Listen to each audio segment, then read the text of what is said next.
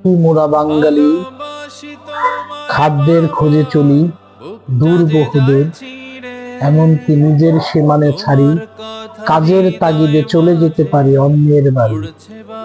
সেদিন ঘটেছিল এমনই ঘটনা, যাহা বলতে গেলে ঠিক আছে। বাবা চলে এসেছে।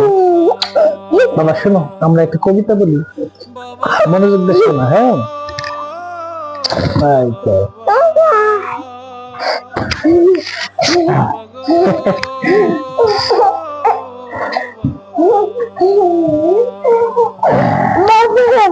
একটু শোনো বাবা।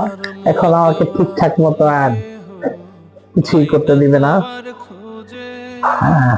আমাকে পেলে এর মাথা ঠিক থাকে না। আমাকে ভালোবাসার আক্রমণ করে তোলে। এই ভালোবাসা যদি আমি গ্রহণ না করি, তখন আমাকে ওই স্বাভাবিকভাবে কিছু আর করতে দিবে না। সেদিন ঘটেছিল এমনই ঘটনা, যাহা বলতে গেলে গায়ের পশম দাঁড়িয়ে করে মানা। যারা ঘটিয়েছিল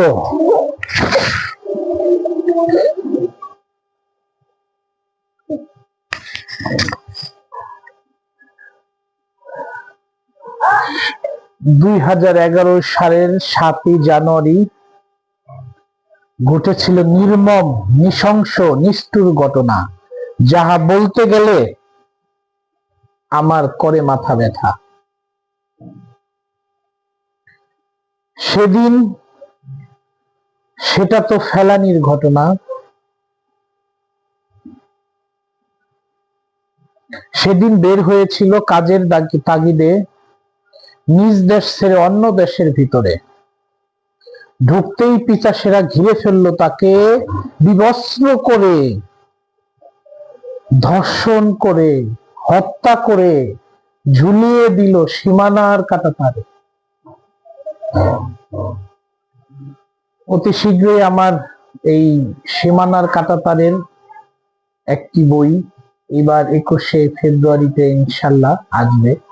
সবাই আমার জন্য দোয়া করবেন। ছোট্ট পরিসরে এই কবিতাটা বললাম, জানি না আপনাদের মাঝে কেমন লেগেছে বা লাগলো, আপনারা কমেন্টসে জানাবেন।